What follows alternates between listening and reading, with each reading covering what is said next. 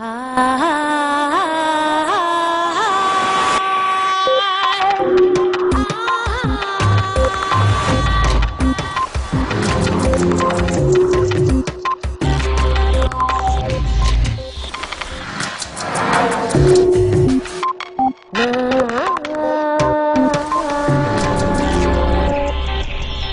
educación está reprimiendo los talentos y habilidades de muchos estudiantes y está matando su motivación para aprender.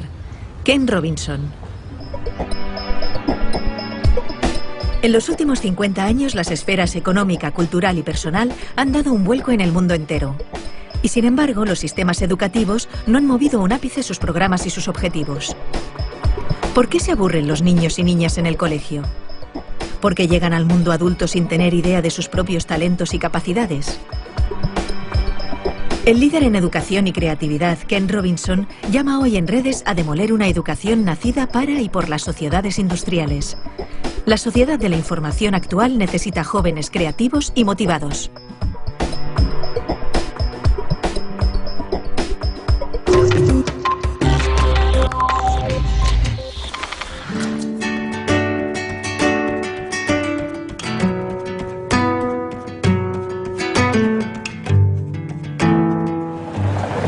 Debe hacer 60 años o algo así, era comienzos de la década de los años 50. Y aquí en esta escuela de North Hollywood High School es donde hice mi bachillerato. Me llamaban Eddie, que es el diminutivo de los norteamericanos para Edward o Eduardo. Y seguramente, con toda certeza, en la escuela siguen destilando contenidos académicos en los cerebros. Lo que hay que hacer es enseñar cosas distintas de las que me enseñaron en los años 50 en esta North Hollywood High School. ¿Por qué distintas? Porque lo que nos enseñaban entonces estaba muy bien para el mundo industrializado, para conseguir trabajo en el mundo que había salido de la revolución industrial. Pero no nos enseñaban lo que hace falta para innovar, para ser creativo. Y para eso, básicamente, hoy día sabemos que lo que hace falta es ayudarnos a elegir, ayudar a los jóvenes, ayudar a los hijos y a las hijas a elegir primero cuál es su dominio, cuál es lo que de verdad les gusta y no tanto lo que está ocurriendo fuera de ellos mismos.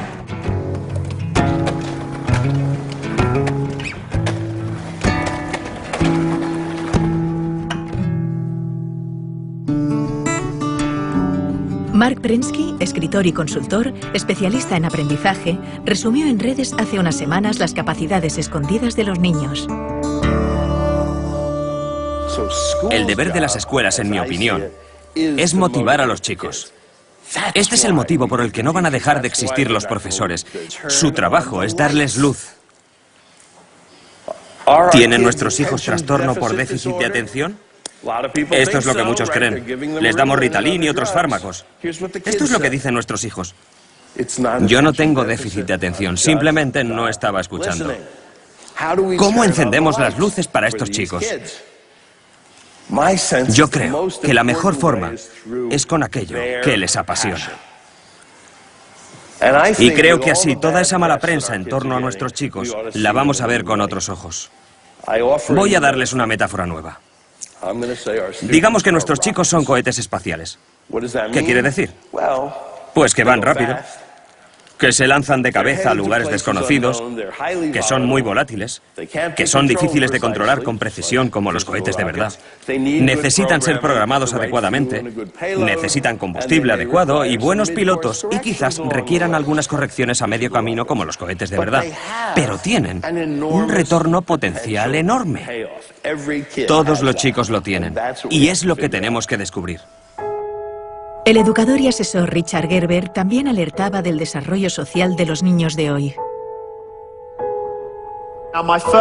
Un reto que tenemos como educadores es este.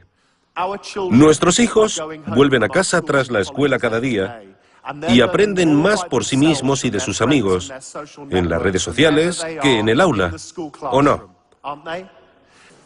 Como sistema educativo, ¿cómo podemos comprender este fenómeno? Los niños son consumidores sofisticados. Ya no tienen que esperar a que les enseñemos las cosas. Las encuentran por Internet, crean vínculos de amistad, aprenden unos de otros. Hace muchos años leí algo tuyo que me fascinó, porque pensé que nadie había dicho antes algo tan sencillo y tan cierto a la vez. Dijiste que elevar los estándares o los niveles de educación no sirve de nada si los niveles en cuestión no son válidos o si están equivocados.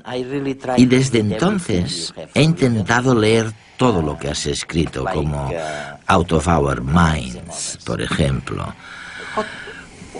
¿Podrías explicarnos tu punto de vista? Mi experiencia es que la mayor parte de nuestros sistemas educativos están desfasados, son anacrónicos. Se crearon en el pasado, en una época distinta, para responder a retos diferentes. Con el tiempo, se han vuelto cada vez más limitados. En todas partes del mundo hay intentos de reformar la educación, y uno de los grandes mantras es que hay que elevar los estándares. Y me hace gracia porque, por supuesto que deberíamos mejorarlo siempre, pero no sirve de nada aumentarlos si están equivocados. Por ejemplo, en la mayoría de sistemas, se insiste mucho en elevar los estándares de matemáticas y de lengua, que por supuesto son muy importantes, pero no son lo único que cuenta en la educación. Las disciplinas artísticas cuentan, las humanidades cuentan, también la educación física. Me gustaría saber si es cierto que ha habido tantos cambios turbulentos, que ha surgido esa disparidad o esa gran brecha entre la educación por un lado y las necesidades individuales de las personas por otro. ¿Cuáles son, de verdad, esos cambios que han ocurrido? Pues creo que hay varios. Si nos planteamos cuál es el propósito de la educación, los políticos a menudo hablan de volver a lo esencial, a lo básico.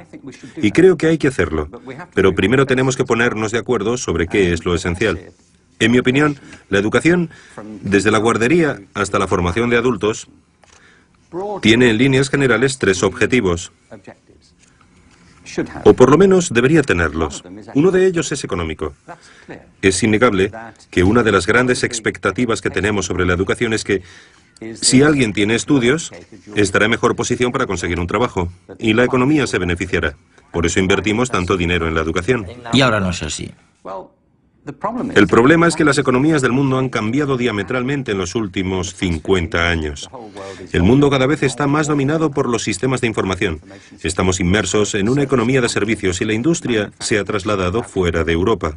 Ahora mismo se ubica mucho más en Asia. Por consiguiente, económicamente, el mundo de ahora no tiene nada que ver con el mundo en el que tú y yo crecimos. La revolución industrial forjó nuestro mundo, pero también fraguó nuestros sistemas educativos.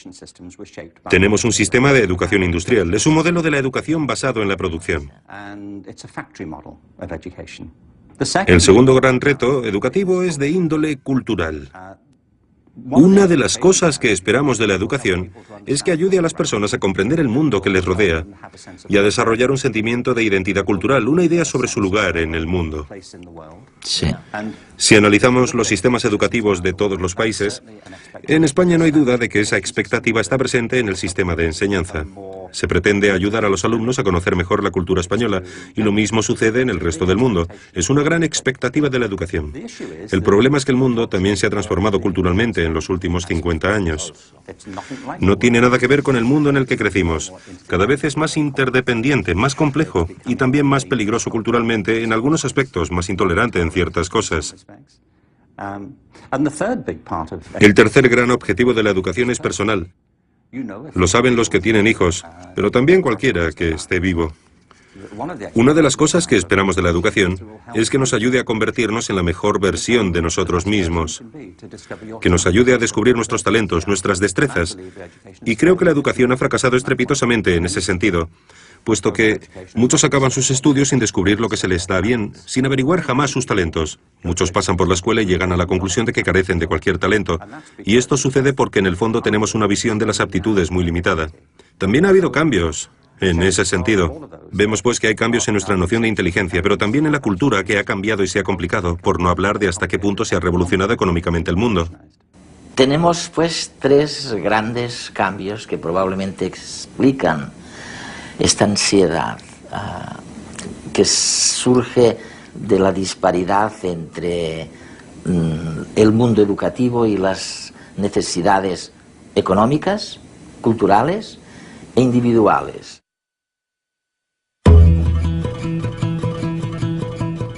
Hacer un fuego, cazar, recolectar plantas comestibles, fabricar recipientes y armas.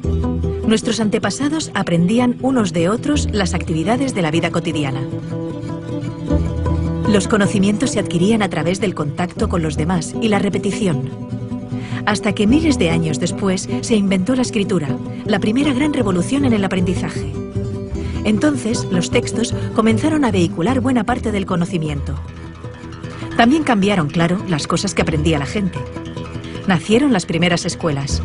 En ellas, un individuo, el profesor, tenía unos conocimientos que dictaba a una serie de alumnos, que los aprendían. En el siglo XVIII, cuando se produjo la Revolución Industrial, se comenzaron a regular los sistemas educativos. El objetivo era preparar a los trabajadores que luego estarían a cargo de las cadenas de montaje en las fábricas. Individuos que hacían lo mismo una y otra vez durante muchas horas al día.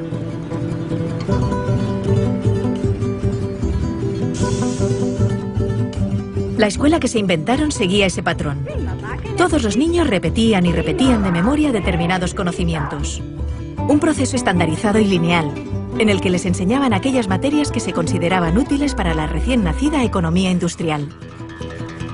Es el modelo que ha perdurado hasta nuestros días. Sin embargo, ya no nos sirve, porque el mundo, en el último medio siglo, ha cambiado radicalmente. Los avances espectaculares que se han producido en ciencia y tecnología han hecho, por una parte, que pasemos de ser una sociedad industrial basada en la producción masiva de objetos a una sociedad de servicios y de información, en la que el motor son las ideas y la creatividad, la capacidad de inventarnos nuevos oficios más acordes al siglo XXI. Y por otra parte, los descubrimientos científicos nos han permitido conocer mejor cómo funciona nuestro cerebro, el órgano encargado del aprendizaje, y descubrir algo que los griegos ya sabían, que no aprendemos repitiendo, de memoria, sino haciendo, cuando nos emocionamos. Por eso, hay que transformar la escuela de arriba a abajo. Necesitamos un sistema educativo que mediante el aprendizaje social y emocional fomente la educación personalizada, que potencie el desarrollo de cada individuo, que estimule la creatividad, la pasión, la energía, el talento. Porque nuestro futuro está lleno de nuevos retos que requerirán nuevas soluciones. Y estas dependerán de cuán creativa, vital y variada sea la gente. Y también feliz. Y para ser feliz necesitamos realizarnos y desarrollarnos. Descubrir y cultivar aquello que nos motiva y hace sentirnos bien. Bienvenidos a la escuela del siglo XXI.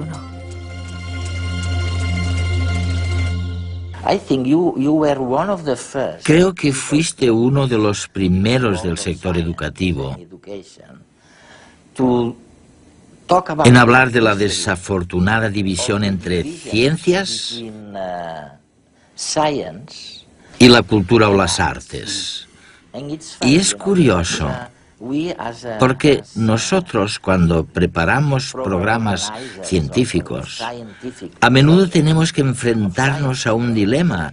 Nos planteamos que un tema no encaja bien en lo que los científicos denominarían temática científica, así que es mejor descartarlo.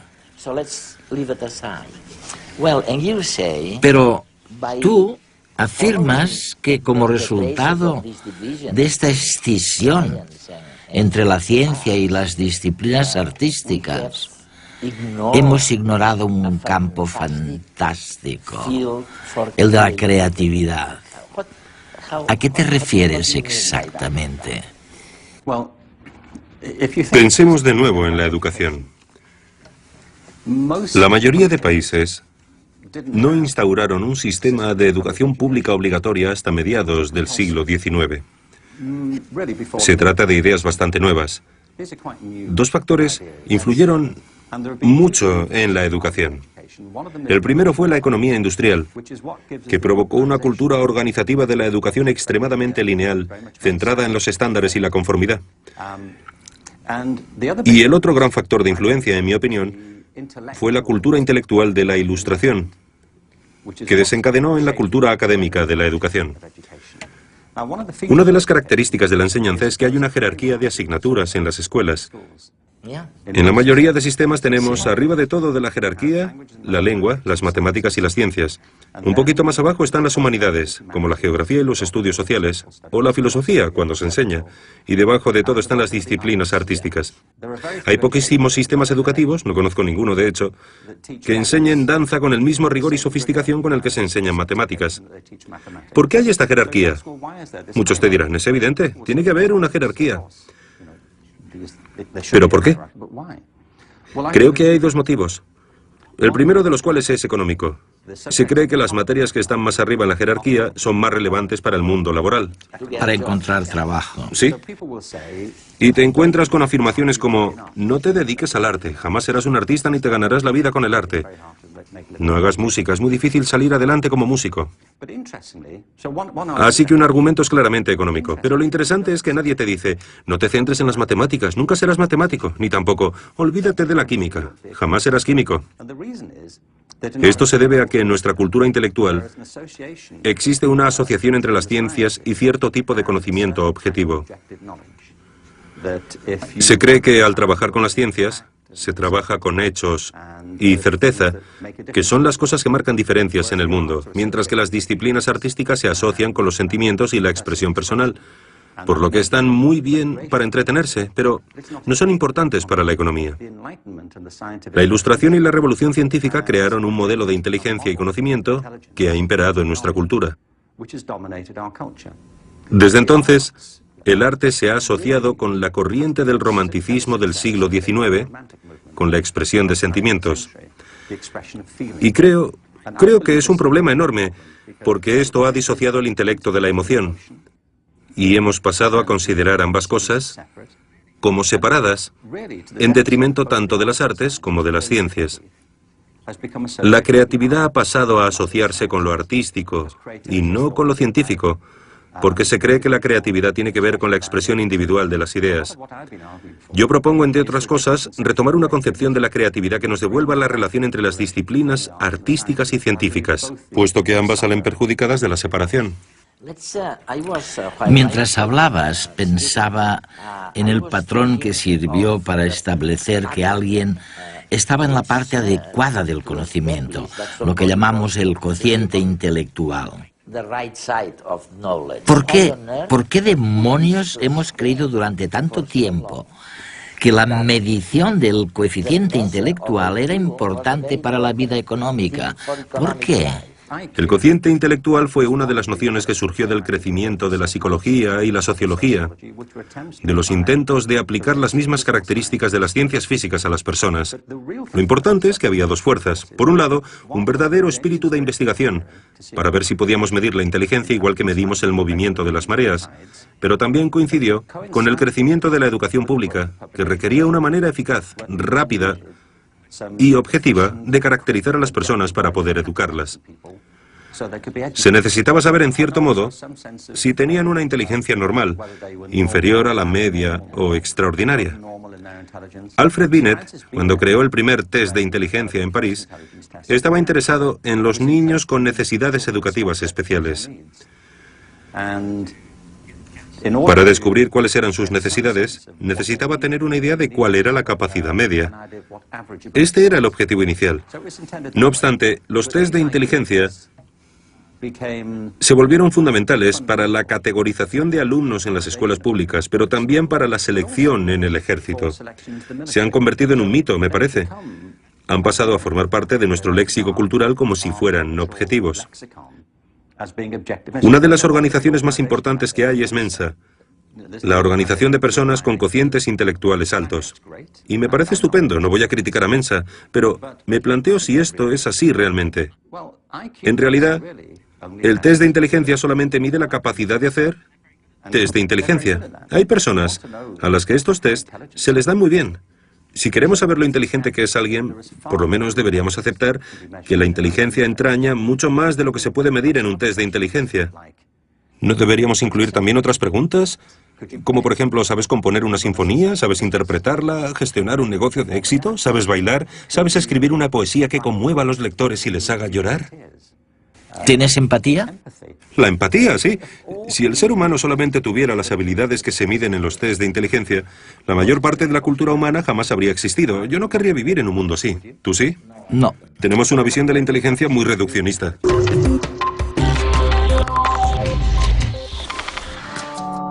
El psicólogo Mark Greenberg recordaba en redes la problemática de los profesores frente a los nuevos retos de la educación.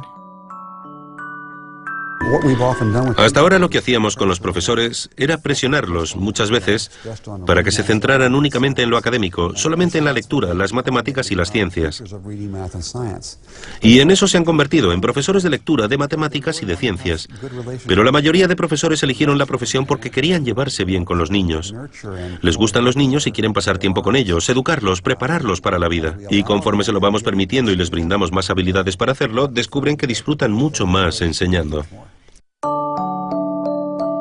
Para Richard Gerber, el valor de la educación está en el camino, no en la meta. En cierto modo hemos olvidado que lo bueno de la educación está en realidad en la experiencia, en el momento, en la alegría de descubrir algo, en la satisfacción de tener una pregunta y poder buscar una respuesta, y no necesariamente en la propia respuesta. Creo que muchos niños y muchos profesores en el sistema educativo se sienten frustrados porque, por culpa de las presiones y la obsesión por los resultados, la magia del viaje se ha disipado. Me parece que este es el motivo por el que cada vez hay más niños que abandonan los estudios enseguida que pueden, porque no ven en ellos ninguna pasión, ninguna emoción. Y es a raíz de esta fijación con el destino final que ignora la alegría de lo que pasa por el camino. Pero, ¿cómo voy a estar atento en clase? Datos y datos, fórmulas, información... Si ya no me acuerdo de lo que estudié el año pasado. Que si la capital de Ecuador es Quito... Pero estoy seguro que eso está en Google. Me parece que nos enseñan igual que antes. Nos educan igual que a mis padres y a mis abuelos. Y a los padres de mis abuelos. Así es difícil estar motivado. Ahora se ha puesto de moda decir que tenemos TDA, porque creen que no atendemos en clase. Algunos niños sí que tienen un problema y les dan pastillas. ¡Todo pastillas! Pero a otros lo que nos pasa es que estamos muy aburridos. Porque con las cosas que nos gustan podemos pasarnos horas y horas. Porque en lugar de darnos pastillas, no intentan motivarnos para que seamos creativos, para que inventemos, para que soñemos, que nos den ganas de aprender. Pero si vivimos en una época súper chula, tenemos el mundo a nuestro alcance, con un clic. Yo me paso horas navegando por internet, mirando vídeos, jugando. No sé, es que en el cole me duermo. Piensen en ello. Me gustaría explicitar o sugerir a los telespectadores los grandes cambios. ¿Cuál es el contenido real de estos grandes cambios a los que se está refiriendo Ken Robinson? Vamos a ver, empezó todo por un tipo de pensamiento que era el de la Edad Media. Ok. Luego nos dice en dos palabras cuál era la síntesis de este pensamiento.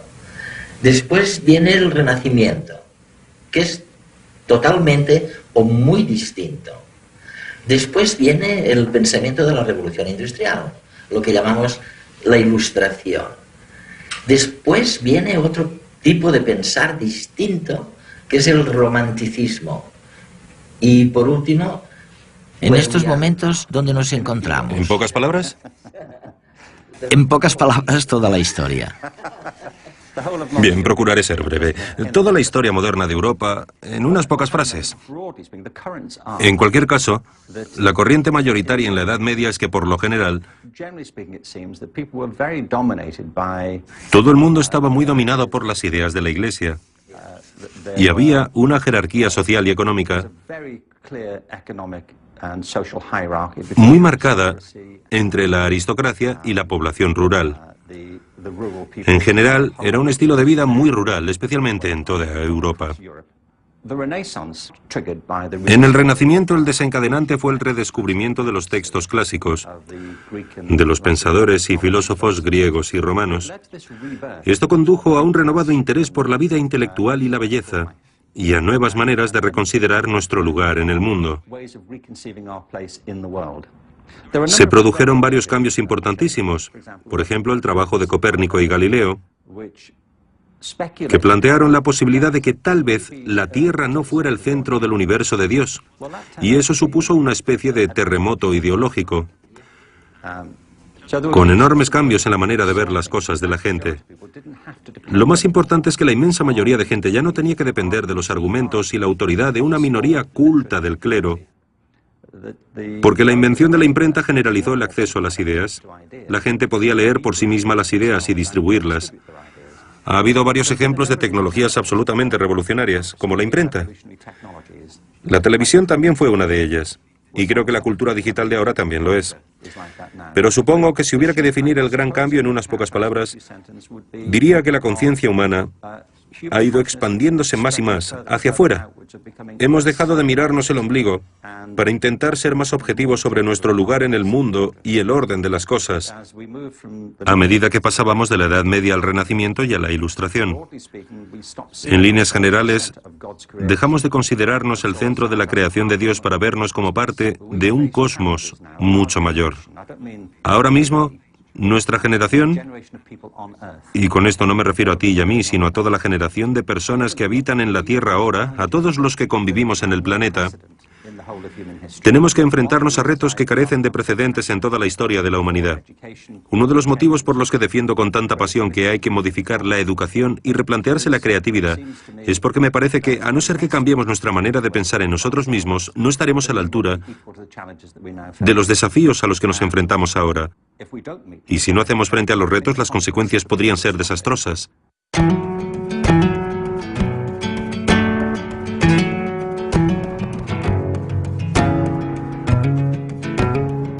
Si no estás dispuesto a equivocarte, nunca llegarás a nada original. Ken Robinson.